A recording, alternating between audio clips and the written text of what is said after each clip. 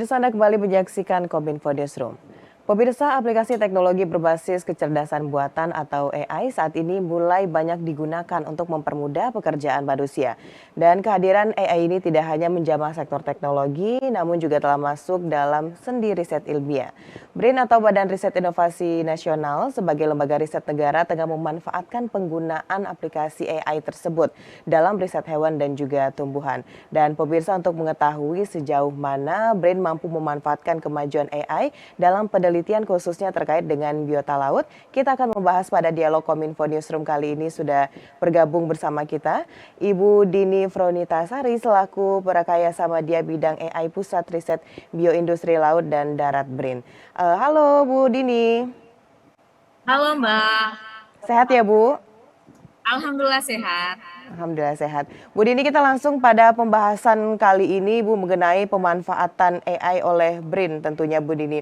Sejauh ini bagaimana AI ini dapat membantu dalam upaya meningkatkan budidaya biota laut untuk ketahanan pangan ini Bu? Ya Mbak, sebelum saya ke sana, saya mungkin akan sedikit mereview ya Mbak terkait dengan artificial intelligence gitu ya.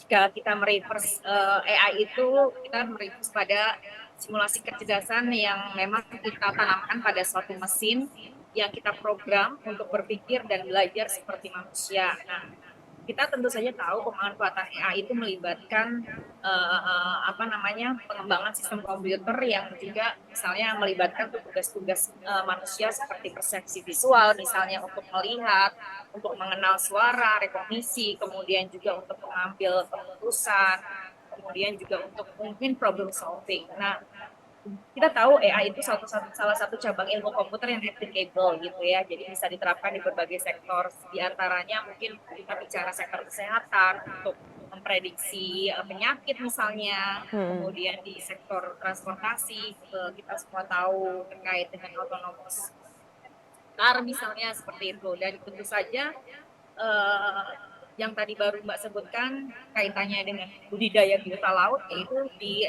kaitannya dengan fishery gitu ya. Jadi di mana kalau untuk bidang fishery ini sebenarnya tidak hanya untuk budidaya laut, tapi juga bisa misalnya untuk monitoring stok ikan, misalnya untuk prediksi tangkapan ikan dan sebagainya. Nah, terkait dengan artificial intelligence ini sendiri, dalam upaya meningkatkan budidaya biota laut untuk ketahanan pangan, itu tentu saja memberikan solusi dan pemodelan yang lebih efisien. Dalam hal ini, AI itu dapat digunakan untuk memantau, mengoptimalkan kondisi environment si budidaya itu sendiri ya Mbak, terkait dengan kualitas air, kemudian polusi, suhu, keasaman air misalnya, pH dan lain sebagainya. Di samping itu juga budidaya budidaya ini bisa ditanamkan sistem otomasi yang juga terintegrasi dalam AI, dalam pemberian pangan misalnya, pergantian air, dan juga misalnya bisa digunakan untuk mengidentifikasi penyakit atau hama. Nah, dalam hal ini kaitannya dengan ketahanan pangan, kita tahu bahwa untuk budidaya biota laut itu sendiri, AI dapat memberikan rekomendasi dalam mengambil keputusan yang lebih baik misalnya. Dan dengan menggali potensi budidaya dengan AI, tentu saja kita dapat meningkatkan produksi pangan dan memberikan solusi masalah kelangkaan pangan.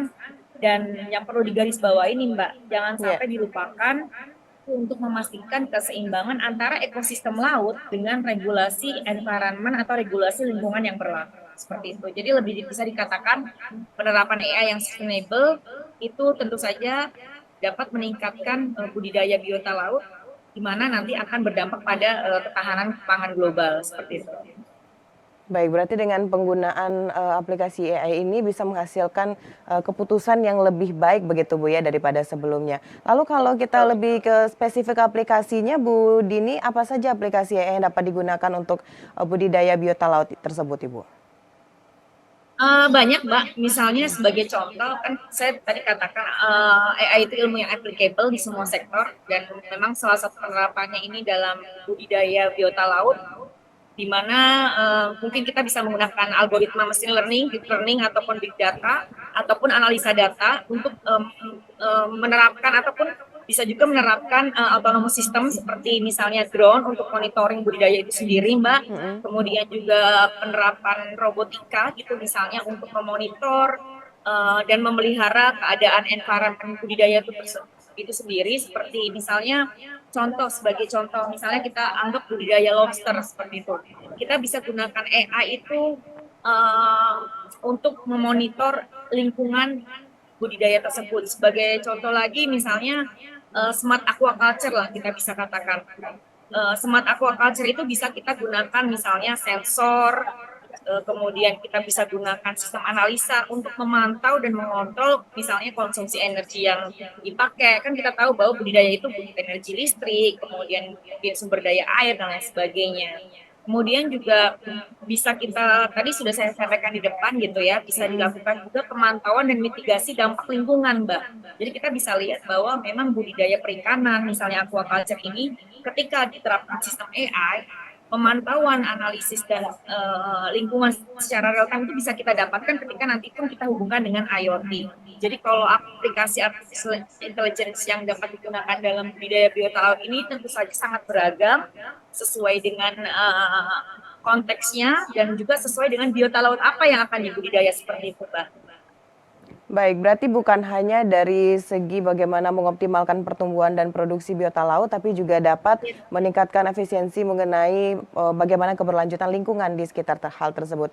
Lalu Bu Dini, tentunya dalam kita mengaplikasikan teknologi AI ini ada tantangan dan juga hambatan untuk bisa mengoptimalkan pengaplikasiannya.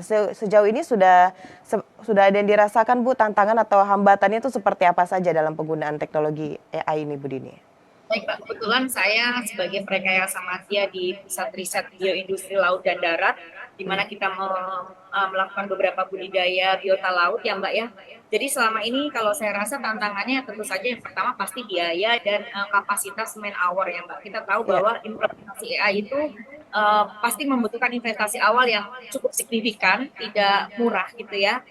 Kita tahu sensor, kemudian sistem analisa itu juga bukan hal yang cukup murah gitu ya. Jadi itu juga merupakan hal hambatan saat ini menurut saya. Kemudian juga yang kedua, ketersediaan data. Kita tahu bahwa artificial intelligence membutuhkan data yang baik, data yang berkualitas untuk menghasilkan hasil yang cukup akurat gitu ya. Dan dalam budidaya biota laut ini, sejauh ini data yang tersedia itu mungkin kurang memadai dan menurut saya kurang akurat. Jadi kualitas data yang buruk kita tahu bahwa bisa mempengaruhi kinerja sistem AI itu sendiri. Kemudian hambatan lain mungkin kesesuaian model, Mbak. Jadi kita tahu AI menggunakan berbagai model dan algoritma yang perlu disesuaikan dengan lingkungan atau environment budaya biota laut yang spesifik. Contoh, ketika kita membudidayakan lobster, kemudian kita membudidayakan ikan goropa misalnya atau membudidayakan udang, itu kan berbeda-beda ya Mbak. Itu juga menjadi tantangan tersendiri ya Mbak untuk kita mengamati behavior biota laut ini, dan tentu saja ini pasti menggandeng peneliti dari biological ya, misalnya lebih ke biologicalnya, morfologisnya si biota ini sendiri seperti apa, yang nantinya itu bisa kita jadikan data awal bagaimana kita membuat sistem AI. Kemudian tantangan yang lain atau hambatan lebih ke penerimaan dan kepercayaan, Mbak. Kita tahu bahwa masyarakat dan juga pemangku kepentingan gitu ya, itu tidak semua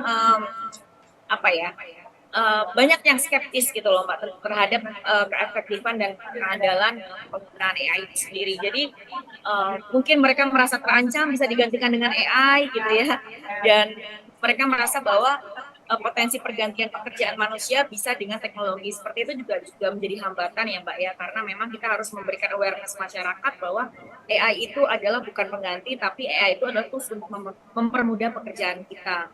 Kemudian juga yang paling penting adalah ketersediaan sumber daya Mbak. Jadi kita tahu bahwa budidaya biota laut ini itu kan sering sekali ada di wilayah terpencil ya, di mana di pedesaan ini, di mana sumber daya seperti akses internet, kemudian juga listrik itu sangat terbatas.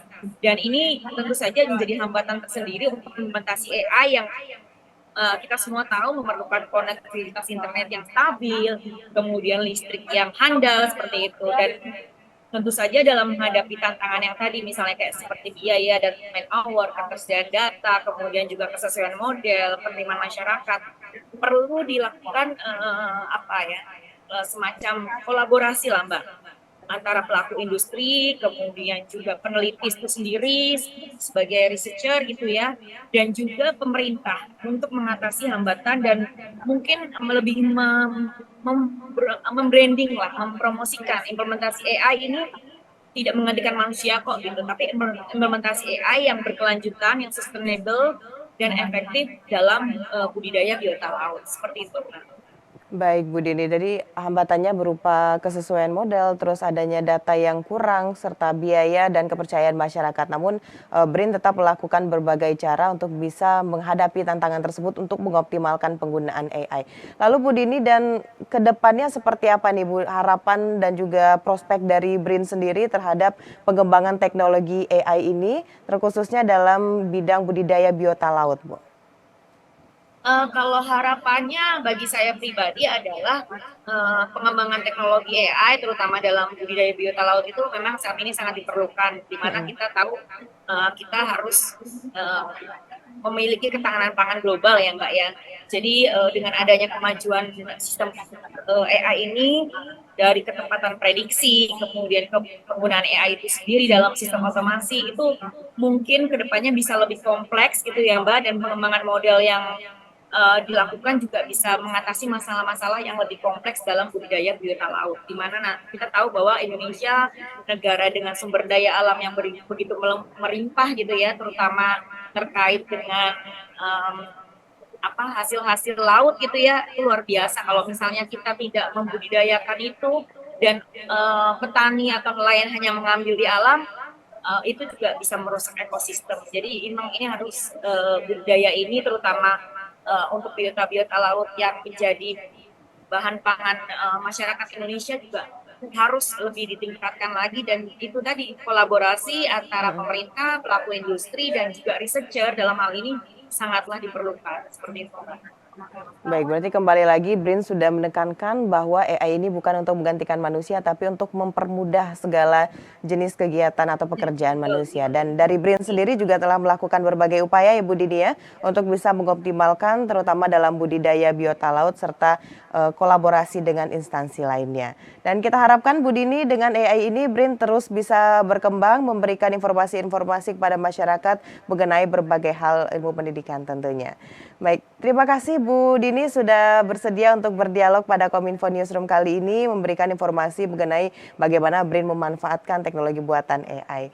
Selamat melanjutkan aktivitas Bu Dini, sehat-sehat selalu. Sehat-sehat, terima kasih. Terima kasih Bu. Dan pemirsa, setelah jeda pariwara kami akan kembali dengan informasi lainnya, tetaplah bersama Kominfo Newsroom.